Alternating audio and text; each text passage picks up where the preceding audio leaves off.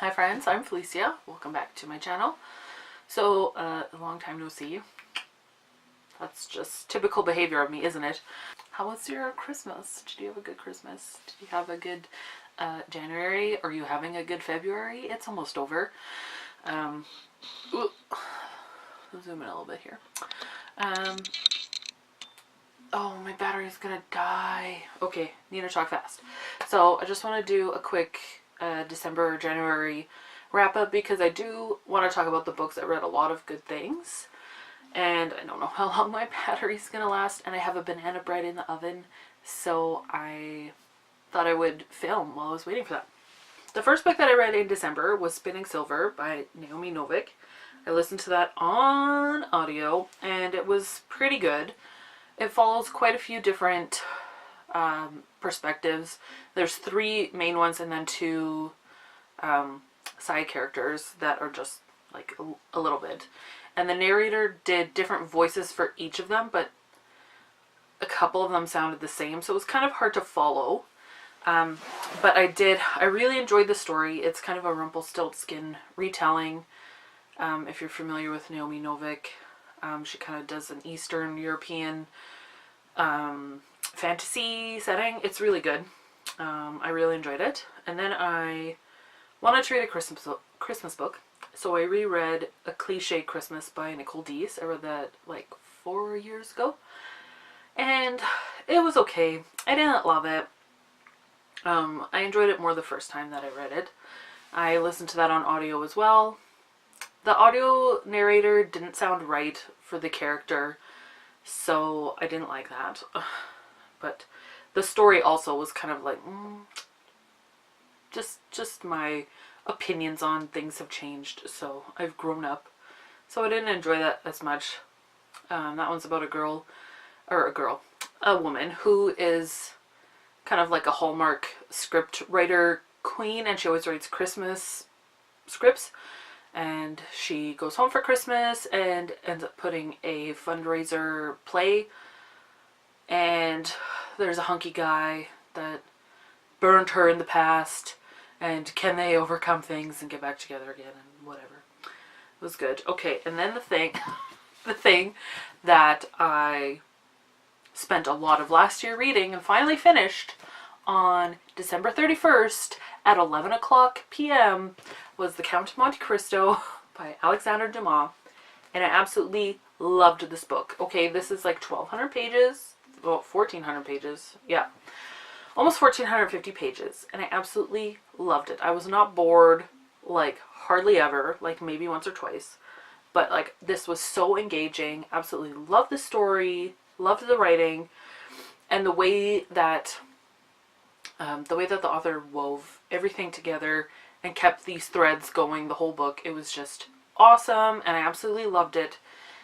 This is definitely worth reading at least once in your life, but I think I will reread this again because it was fantastic. So that's December. I only read 3 books in December, and then in January I read like 11 books. So, okay, the first book that I finished in 2019 was A Heart of Betrayal by Mary E. Pearson, and absolutely loved it. I loved it even more upon a second read, which is what this was, my second time reading it. This is one of my all-time favorite fantasy series. I have yet to finish the last book, and I would like start it now, except I'm in the middle of like 8 books, so I need to finish some of them before I can start the last book, and then I think my heart will be happy, even though it will be hurting a lot. So, but I got so much more for the second time. Like, it was just so good. So good. Okay. Then the next book that I read was A Love Letter by Rachel Hook. I listened to that on audio, and it's half contemporary romance and half historical romance. And there's a connection between the historical timeline and the contemporary timeline. I enjoyed the contemporary timeline far more than the historical one.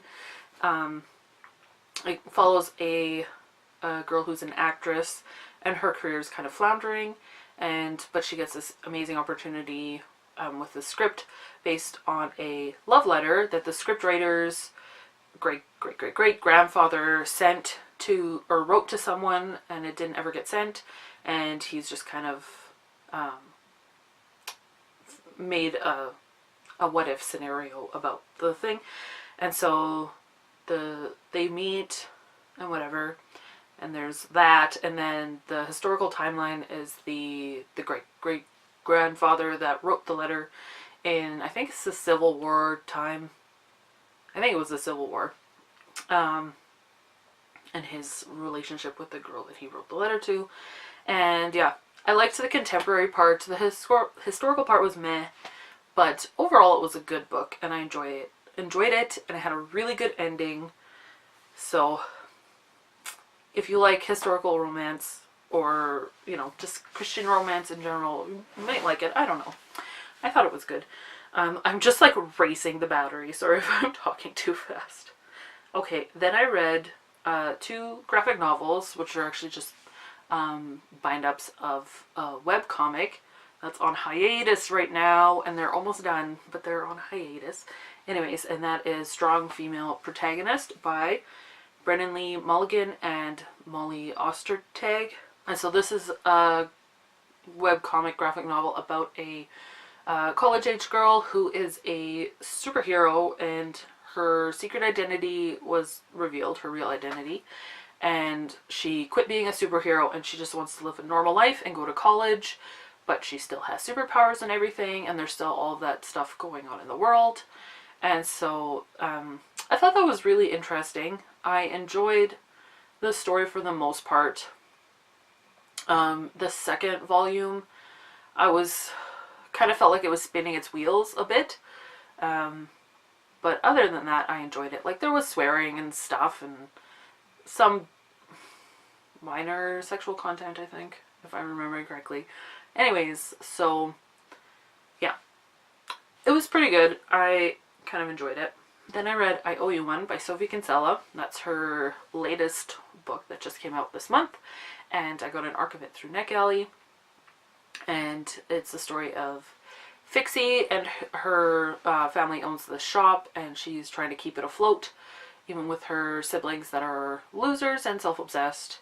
And then there's the crush that comes back, and she wants to get back with him, and so she's trying to do that, and things kind of happen, and she meets this other guy who gives her an opportunity to help this crush that she's trying to win back, and whatever. It's a Sophie Kinsella story. You can probably figure out where things go from there. I enjoyed it. It wasn't my favorite, but it's also not my least favorite of her books. It's kind of in the middle. And the crush that comes back is one of the worst characters I've ever read, and I need him to die because he sucks. That's probably a spoiler, but it's Sophie Kinsella, so I mean, you can figure it out. But he like really sucks. And of course we have our miscommunication trope that Sophie Kinsella always uses, and generally I hate otherwise, but when it comes to her books, I always have to read them, even though I know it will be in there.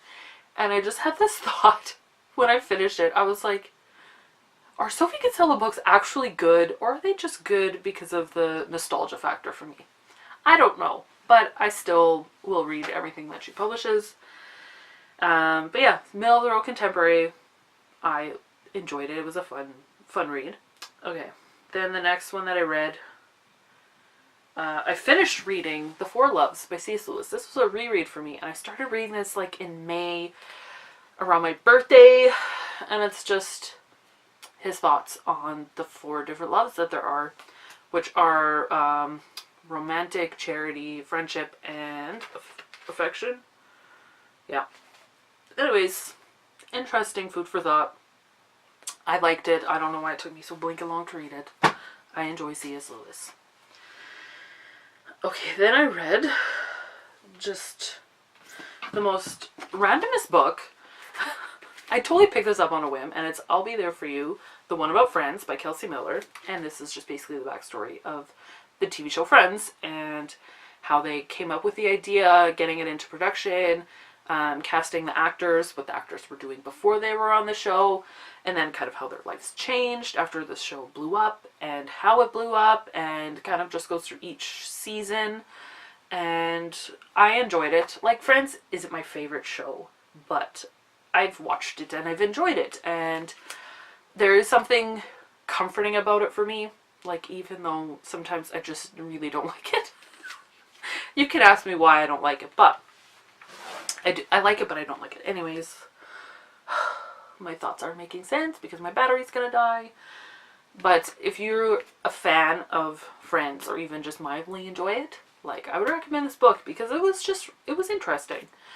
One thing that kind of bummed me out was the last few chapters are critiquing it in today's, I don't know what you want to call it, political landscape. Political is not the right word, but I don't know what I mean. But just like how diversity, maybe. Anyways, talking about how, you know, Friends wasn't a very diverse show at the time, and there was a lot of content in there that would not fly if they were making that show today. And so she was kind of critiquing that and how that impacted people, and like, it kind of felt like a downer right at the end of the book because there wasn't really any nice resolution to it. It was just like, oh, and by the way, these are the things about the show that suck. And then after you've read this whole book feeling good about the show, and then the last few chapters are like, oh yeah, but actually it kind of sucks. But yay, Friends. And like, so that was like a downer towards the end. It was just felt very confusing, I think is what I'm getting at.